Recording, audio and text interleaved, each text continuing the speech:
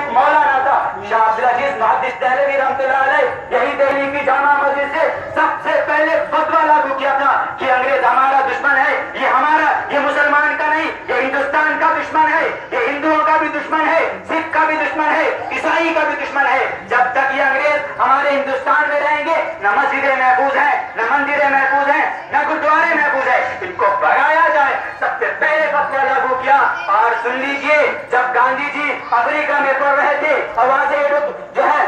وکالت کر کے لائے تھے، اور گاندھی جی کو افریقہ کے ایک اسٹیشن پر جو ہے پتلون پہننے کی وجہ سے، کوٹ پہننے کی وجہ سے اور فرسٹ کلاس کے ڈبے میں سفر کرنے کی وجہ سے وہاں سے نکال کر پھینک دیا گیا تھا۔ اور گاندھی جی جب ہندوستان آئے افسوس میں پڑ گئے کہ میں انگریزی پڑھتا ہوں، انگریزوں والا کپڑا پہنتا ہوں، انگریزوں کے ساتھ رہتا ہوں، مگر میں ہندوستانی ہوں، میرا رنگ کالا ہے، میں اس ملک کا رہنے والا ہوں اور یہ انگریز میرے ملک کے اندر ہے، اس کے باوجود بھی میں ٹرین میں فرسٹ کلاس کے ڈبے میں سفر نہیں کر سکتا، مجھے وہاں سے نکال کر پھینک دیا گیا۔ کہ میرے بھائیوں، تاریخ کے اندر لکھا ہوا ہے کہ گاندھی جی جب ہندوستان آئے اور گاندھی جی کو بابا قوم کا لقب جس نے دیا وہ علماء تھے، وہ مسلمان تھے، وہ مدرسے والے تھے، اور گاندھی جی کو سب سے آگے جس نے کیا وہ بھی جو ہے علماء تھے۔ یہ بھی دیکھ لیجئے، تاریخ آتی ہے، سبھاش چندر بوس کے بارے میں آتا ہے۔ سبھاش چندر بوس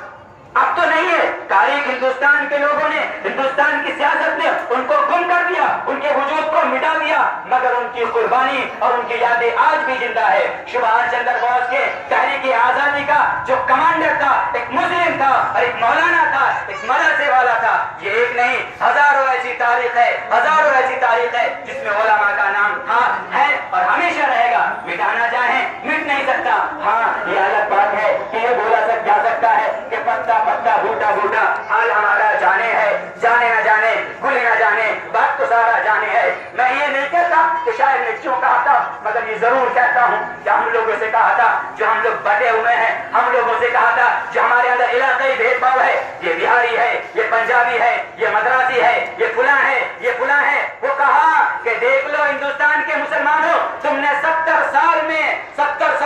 اپنے اکابرین کو صحیح سے یاد نہیں کیا جیسا یاد کرنے کا حق تھا۔ تم نے علماء کو جو تمہارے لیے جو ایک راستہ، ایک لکیر انگریزوں نے کھینچی تھی کہ ہندوستان میں جب بھی ہم آ سکتے ہیں کہ ان عوام کو علماء سے دور کر دیا جائے، مدرسے اور مسجدوں سے دور کر دیا جائے، ان کی نفرتیں ان کے دل میں بٹھا دی جائے، ان کی بھید بھاؤ جو ان کو بچ کے ذہن و دماغ میں بٹھا دیا جائے، اس میں پورے کامیاب ہوئے۔ اور 70 سال سے جو ان کا ایک وائرس تھا، ان کی جو ایک ذہن سازی تھی وہ ہم پر لاگو رہی ہے۔ میرے بھائیوں، آج بھی ہندوستان میں مسلمانوں پر یا کسی بھی قوم پر کوئی مصیبت آتی ہے تو سب سے پہلے یہی علماء آپ کے لیے کھڑے ہوتے ہیں، یہی مدرسے والے سب سے پہلے آپ کے لیے آتے ہیں۔ آپ کو بیماری لگ جاتی ہے تو آپ کے لیے تہجد میں اٹھ کر نمازوں میں قرآن پڑھ کر دعا کرنے والے یہی علماء ہیں جس پر آپ نکتہ چینی کرتے ہیں، جس پر انگلی جاتے ہیں۔ جب دیش بھکتی کا سوال آیا، جگہ جگہ آپ کو پریشان کیا گیا تو یہی علماء ہر جگہ کھڑے ہوئے ہیں، کیونکہ ترنگے کے محافظ ہیں، ہندوستان کے اصل محافظ یہی ہے اور کوئی دوسرے لوگ نہیں ہے۔ ہاں، ان کا جب تک ہم ساتھ نہیں دیں گے، ان کے ساتھ کھڑے نہیں ہوں گے، ان کی محنتوں میں، ان کی کوششوں میں اگر ہماری کوششیں نہیں ملیں گی، ان کے ہر اعتبار سے ہم تعاون نہیں کریں گے تو کب تک یہ کام چلے گا؟ تو آج ہم ارادہ کر کے جائیں کہ عالی پبلک اسکول اور جامعہ قاسمیہ مرکز علوم کے بینر تلے جو ذہن میں جو تاریخی پروگرام ہوا ہے، جو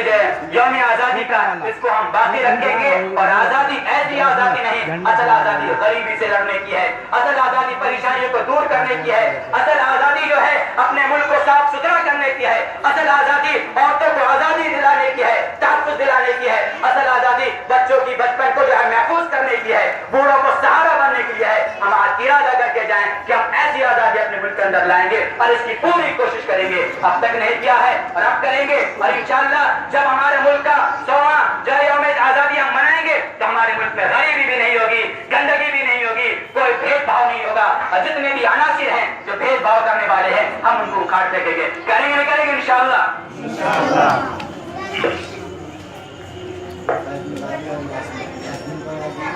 یاسمین اور فیصل بھائی، ان بچوں کا چھوٹا سا پروگرام ہے، اس لیے میں آپ لوگ کہوں گا کہ تھوڑا سا آپ لوگ ادھر ادھر ہو جائیں۔